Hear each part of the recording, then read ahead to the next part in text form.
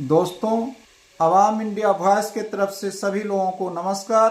सांसद सुदामा जी आरा से और सभा में आए तमाम साथी और हमारी टीम की तरफ से आप सभी को लाल सलाम, नमस्ते। और आज हमारे 23 मार्च भगत सिंह शहादत दिवस पे हमने प्रोग्राम रखा है और आज के व्यापक रूप से भगत सिंह को याद करने की जरूरत इसलिए है कि संविधान से लेकर न्यायपालिका तक, शिक्षा तक खतरे में और हमारे देश और समाज को इसकी ज़रूरत है, चिंता की बहुत बड़ी ज़रूरत है। और इसी के साथ मैं अपने मंच पे बुलाना चाहती हूँ हमारे सांसद हैं कॉमरेड आरा से सुदामा प्रसाद जी, उनको मैं बुलाना चाहती हूँ। तालियों में जोश नहीं है। हाँ, तालियों में जोश नहीं है, तेजी से।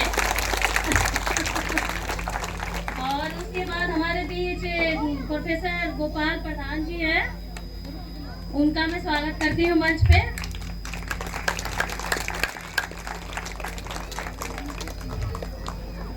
फिर हमारे बीच एपवा की जो नजफगढ़ से साथी हैं कॉमरेड सरस्वती जी, उनको मैं बुलाना चाहती हूँ मंच पे।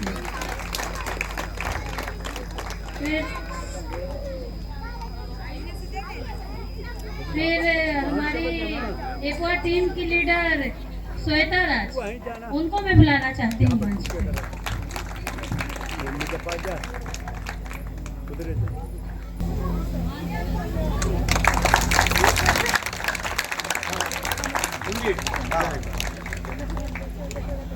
डाली गला में डाली गले में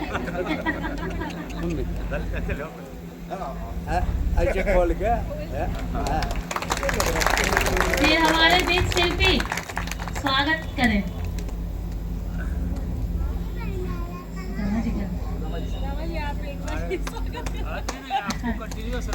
गुड़िया फोटो खिंचवा लीजिए। फिर रोजी तैयार रहे।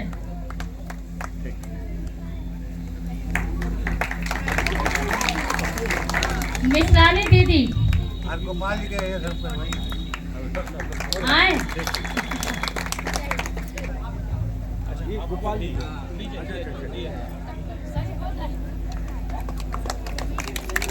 सभी साथी बैठ जाएं, हम लोग अपने कार्यक्रम की शुरुआत करेंगे।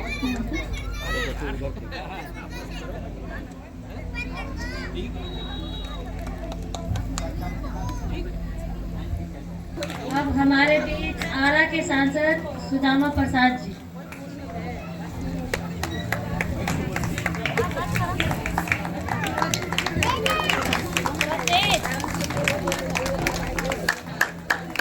तो आज के इस कार्यक्रम के संचालक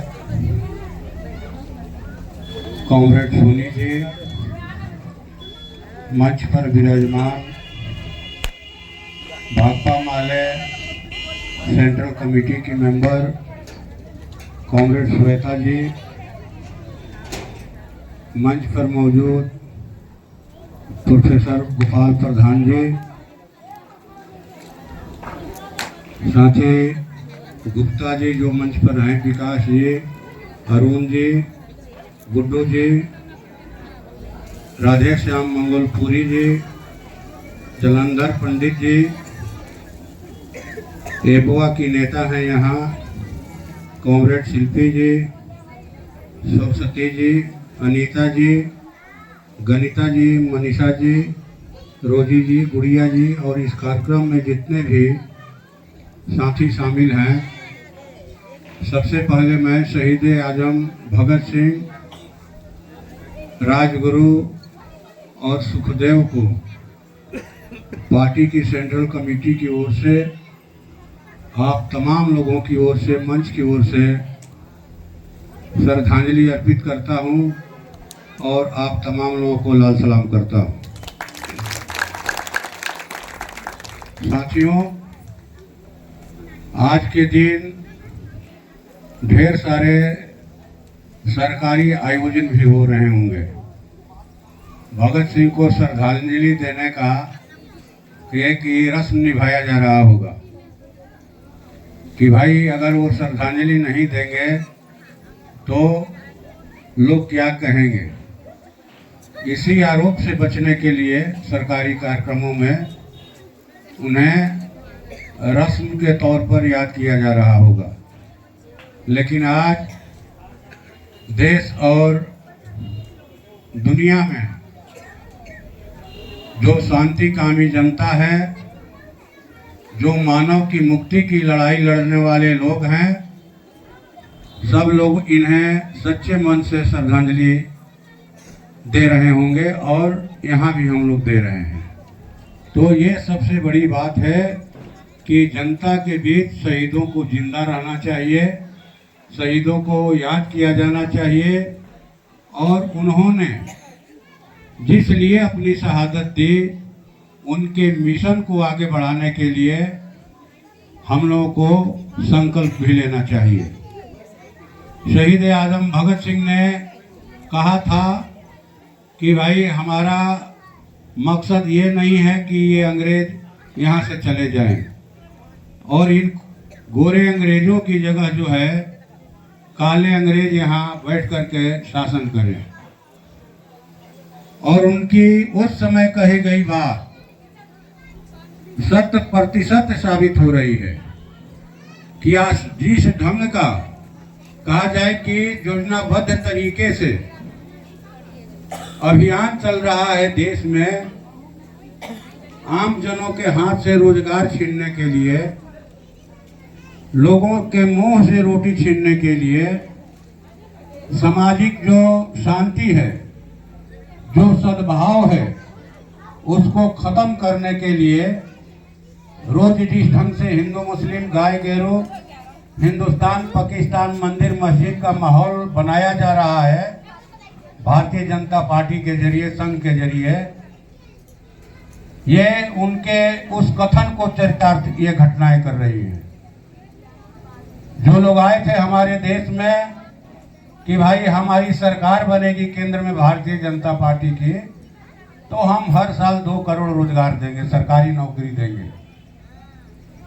अभी लोकसभा में सत्ताधारी दल के एक सांसद ने कहा कि सरकार ने अब तक 22 लाख लोगों को सरकारी नौकरी दी, यानी 11 वर्षों में 22 करोड़ रोजगार का हिसाब देना चाहिए था, लेकिन वो कह रहे हैं कि 22 लाख हमने रोजगार दिया, यानी जो कहा था उसका 1%। 11 वर्षों में 1% रोजगार उन्होंने दिया, लेकिन रोजगार कितना खत्म किए? 29 करोड़ रोजगार खत्म किया कोरोना काल के समय में, बाद के समय में। तो ये अभियान चल रहा है किसानों के हाथ से जमीन और खेती छीनने का अभियान। आप लोगों ने देखा कि कोरोना काल में लॉकडाउन के समय लोगों को घरों में बंद करके ये 3 कृषि कानून लेकर आए थे। नाम था कि हम किसानों की भलाई के लिए लाए हैं कानून। अनाज के उत्पादन पर, अनाज के भंडारण पर और अनाज के वितरण पर कॉरपोरेट घरानों का कब्जा दिलाने के लिए, इस देश में भूख का व्यापार करने के लिए ये लोग कृषि कानून लेकर आए थे, जिसे देश के किसानों ने, खास करके हरियाणा पंजाब के किसानों ने समझा और 1 साल 13 दिनों तक इसी दिल्ली के विभिन्न बॉर्डरों पर, Tikri border, Ghazipur border, Shambhu border, ये आपको शाहजहांपुर बॉर्डर में 1 साल 13 दिनों तक अनिश्चितकालीन धरना दिया। 750 से ज्यादा किसान शहीद हुए। उन किसानों को भी हम आपकी ओर से श्रद्धांजलि देते हैं और इनको कृषि कानूनों को सस्पेंड करने के लिए बाध्य किया। आप रोज दिन साड़ी नहीं खरीद सकती, रोज दिन कोई जूता नहीं खरीद सकता, मोबाइल, लेकिन रोज दिन हर किसी के घर के हर सदस्य को खाने के लिए आना चाहिए। माड़ भात ही सही, नमक रोटी ही सही। तो लोगों के भूख पर इनकी निगाह थी कि अगर अनाज के भंडार पर, बाजार पर कब्जा कर लिया जाएगा तो मनचाहे ढंग से रोज डीजल पेट्रोल की तरह हम अनाज का भी दाम बढ़ाएंगे और भूख से वशीभूत होकर लोग अनाज खरीदेंगे।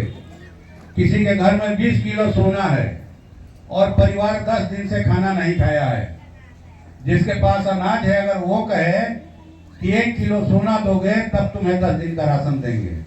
वो आदमी देगा कि नहीं देगा? 1 किलो सोना दे देगा। ये बहुत गहरी सोच थी इनकी, जिसका विरोध किया देश के किसानों ने अपनी शहादत के बल पर। जब तक देश की खेती किसानों के हाथ में है, आम जनों को सहज ढंग से अनाज मिलेगा। जिस दिन ये खेती कॉर्पोरेटों के हाथ में आ गई, अडानी अंबानी के हाथ में आ गई, अनाज भी गरीब आदमी के पहुंच से दूर हो जाएगा। अभी हमारे महिला कॉमरेडों ने गीत गाया, उस गीत में ही आज का पूरा भाषण है। पूरा भाषण है, लगा जैसे ये लोग संसद के अंदर चीजों को देख करके गा रही हैं। एकदम जीवंत गीत है ये। अंदर में देखते हैं कितना कल्याणकारी योजना है, सब खत्म कर रहे हैं ये लोग। ये कह रहे हैं कि हम 80 करोड़ लोगों को 5 किलो अनाज दे रहे हैं। 80 करोड़ लोगों को, जो कि किसान अनाज पैदा करता है उसको 5 किलो कह रहे हैं कि हम अनाज दे करके जिंदा रखे हैं। जो अनाज पैदा करता है उसको कह रहे हैं कि हम अनाज खिला रहे हैं, तुम्हारा पेट भर रहे हैं। 5 किलो के जगह 4 किलो अनाज मिल रहा है। अब यहाँ कितना मिलता है हम नहीं जानते हैं। 4 किलो। डीलर कहता है कि भाई 50 किलो के जगह 42 किलो की बोरी मिल रही है। हम क्या करें? क्विंटल पर 40 रुपया से लेकर 60 रुपया तक जो है कमीशन देना पड़ता है। ये आलम है। जो केंद्र सरकार का बजट है, राज्य सरकारों का बजट है, वो बजट जो है इसमें कहा गया कि भाई आधा लूट लेते हैं, आधा से ज्यादा लूट लेते हैं ये लोग। आम आदमी के पास पहुंच ही नहीं पा रहा है। रेलवे जो हर साल नौजवानों को माने 40,000 50,000 जो विभाग नौकरी देता था, वो रेलवे अडानी की हो गई। एयरपोर्ट हो गया, हवाई जहाज हो गया, तेल गैस जो है अंबानी का हो गया। देश का जल जंगल जमीन खदान सब जो है ये अडानी को देना चाहते हैं, अंबानी को देना चाहते हैं। ये सरकार चल रही है। जो सरकार अडानी का नाम नहीं सुनना चाहती है। लोकसभा के अंदर जब मामला आया कि केस हुआ है अडानी पर, गौतम अडानी पर और इनके भतीजे सागर अडानी पर, इन लोगों ने माने 3100 करोड़ का घूस दिया है यहाँ भारत में, अमेरिका से पैसा लाकर। केस हो गया है, गिरफ्तारी का वारंट था। रोज दिन संसद में मांग होती थी कि सरकार जो है इस पर अपना वक्तव्य दे, लेकिन सरकार मुंह पर ताला डाल करके रही। किसी बात का जवाब नहीं। अभी कुंभ में भगदड़ हुई, दिल्ली रेलवे स्टेशन पर लोग मरे, कुंभ के मेले में मरे। हमारे माननीय प्रधानमंत्री जी आए थे, अपना बोल करके चले गए। हम लोग कहते रहे कि भाई अब से कम संख्या तो बता दीजिए कि कितने लोग मरे, कितने लोग मरे। 54 करोड़ कुंभ में स्नान किए गंगा जी में, ये रिपोर्ट है इनके पास, लेकिन ये रिपोर्ट नहीं है कि कितने लोग मरे। तो ये इस ढंग से कोई बात ही नहीं सुनना चाहता है। लगता है कि कोई सन की राजा महाराजा जो है डंडे की जोर पर देश को हाँक रहा है। किसी की बात नहीं सुनना, किसी की बात नहीं, कुछ नहीं सुनना। हमारे मन में जो आएगा सो करेंगे। लेकिन भगत सिंह आज भी, राजगुरु सुखदेव आज भी हमारा पथ प्रदर्शक बन करके हमारा नेतृत्व कर रहे हैं उनके विचार। और जब तक एक भी लाल झंडा का सिपाही जिंदा रहेगा, तब तक हम लोग चैन से इनको बैठने नहीं देंगे। और जो मेहनत करने वाले किसान मजदूर हैं, उनका राज बना करके दम लेंगे। बहुत सारी बातें हैं। लोकसभा में हमने उठाया सहारा इंडिया में पैसा जो फंसा हुआ है आम आदमी का, कि पैसा दीजिए आप। 13 करोड़ निवेशकों का 2.5 लाख करोड़ रुपया, ये पैसा दीजिए। पोर्टल का क्या मामला है? आप एजेंटों के माध्यम से पैसा दिलवाइए। ये मांग उठाया हमने, रेलवे का उठाया। जिन गरीबों के पास जमीन नहीं है रहने के लिए, उनको जमीन मिले पूरे देश में। जो बटाई पर खेती करने वाले किसान हैं, उनको सरकार पहचान पत्र दे, ताकि जो कृषि सुविधा उनको भी मिल सके। जो छोटे मझोले दुकानदार हैं, उनको आर्थिक राहत के लिए व्यवसायिक आयोग का गठन किया जाए। ये सारे सवाल हम लोग उठा रहे हैं, लोकसभा में लड़ रहे हैं। और आप ही जैसे साथियों ने 10-20 रुपया चंदा करके आरा से मुझे जिता करके यहाँ पर भेजा है, आप तमाम लोगों की लड़ाई लड़ने के लिए। ये मत समझिएगा कि हम आरा से जीत करके आए हैं तो सिर्फ आरा की बात होगी। पूरे देश की बात होगी। हम लोग तो कल गए थे मथुरा में, जो एफसीआई के गोदाम हैं उनके जो मजदूर हैं उन लोगों का सम्मेलन था, 8 राज्यों के आए थे कर्मचारी लोग, उनका भी सवाल उठाए। वो लोग कह रहे हैं कि भाई नो वर्क नो पे हो गया है, कि काम नहीं करोगे तो पैसा नहीं मिलेगा। ये तो सुनने में बहुत बढ़िया बात लग रही है कि भाई काम कोई नहीं करेगा तो पैसा कैसे दिया जाएगा। लेकिन कोई मजदूर किसी जगह काम कर रहा है, वो काम करने के लिए बुलाया गया, रखा गया है, आपका काम उसको नहीं दे रहे हैं। कहा भाई तो अनाज का ट्रक नहीं आया, आज नहीं उतराई होगी, इसलिए तो क्या करेगा, परिवार भूखा रहेगा, बच्चा भूखा रहेगा। तो इसको खत्म करने के लिए हर किसी के सवाल को, जो लोग भी मेहनत से अपना परिवार चलाते हैं, अपने घर का चूल्हा जलाते हैं, बाल बच्चों की पढ़ाई करवाते हैं, वैसे तमाम लोगों के प्रतिनिधि के रूप में वहाँ हम लोग आवाज उठा रहे हैं। कॉमरेड राजा राम सिंह जी भी जीत करके आए हैं काराकाट लोकसभा से, वही हमारे संसदीय दल के नेता हैं। तो देश की खेती किसानी को, रोजगार को, कल कारखानों को, व्यापार को, और सबसे बड़े कि हम लोगों को इस देश की जो साझी संस्कृति है, गंगा जामुनी तहजीब जो है, कि जो यहाँ का भाईचारा था हर पर्व त्योहार में, ये सब पर्व त्योहार को नफरत का सबब बना दिए हैं। रोजगार देने के बजाय ये रोज जो है मस्जिदों के नीचे मंदिर खोद रहे हैं कि मंदिर था, यहाँ मंदिर था। अगर लोग ये कहने लगे कि देश के मंदिरों के नीचे क्या है, हमारे देश के जो 84,000 बौद्ध मठ थे वो कहाँ गए, हम खुदाई करके देखेंगे। लाखों बौद्ध भिक्षुओं का संहार हुआ, उनकी अस्थियां कहाँ दबा करके रखी गई हैं, हम खोद कर देखेंगे। तो इस तरह से समाज चलेगा? गड़े मुर्दों को उखाड़ने से, कुंभ का मामला दबाने के लिए, अडानी का मामला दबाने के लिए अब इन लोगों ने एक औरंगजेब का मामला उठाया है। संभल का मामला दबा तो औरंगजेब का। तो देश रात दिन यही करेगा, दुकानदारी छोड़ करके। इनके बाल बच्चे तो विदेशों में पढ़ेंगे, ऐशो आराम की जिंदगी जिएंगे, और गरीबों के बीच में हिंदू मुसलमान का नफरत फैलाएंगे। ये लोग तो अपने घर की बेटियों की शादी मुस्लिम समाज के जो राजनेता हैं, बड़े बड़े धनवान हैं, उनके साथ करेंगे, और हमारे बीच में ये नफरत फैलाएंगे। क्या इसी तरह से हमारा समाज चलेगा? सिर्फ पुरानी बातों को याद करें, उसी पर लड़ें, और ये पूरे देश का जो है सब कुछ लूट करके अडानी अंबानी के यहाँ पहुंचा दें। इसीलिए सब कुछ करवाया जा रहा है। तो आज भगत सिंह के शहादत दिवस के अवसर पर हमें यहाँ से संकल्प लेकर जाना है कि इस फांसीवादी भाजपा को, साम्राज्यवादी भाजपा को शिकस्त देना है। इसे हर राज्य के गद्दी से, केंद्र की गद्दी से उखाड़ करके फेंकना है, और किसान मजदूरों का शांत समाज बनाना है, देश बनाना है, जहाँ कोई खाली पेट नहीं रहे, कोई खुले छत के नीचे नहीं रहे, कोई शुद्ध पानी के अभाव में जान नहीं दे, ऐसा माहौल, ऐसा देश बनाना है। इसी मैंने अपील के साथ कि हम भगत सिंह को याद कर रहे हैं तो ये काम करेंगे, और सब लोग मिलजुल करके शांति से रहिए, अपनी एकता बरकरार रखिए। आप लोगों को फिर से लाल सलाम। शहीद आजम भगत सिंह, राजगुरु और सुखदेव को भावभीनी श्रद्धांजलि और सलाम।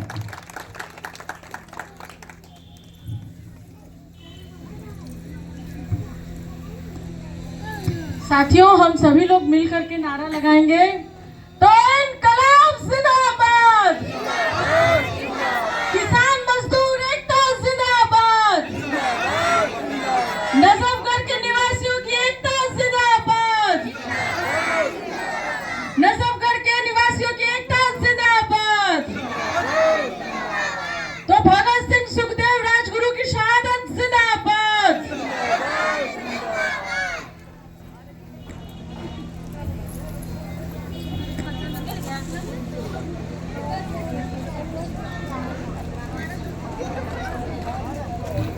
धन्यवाद के लिए ज्ञापन करेंगे कॉमरेड अरुण जी।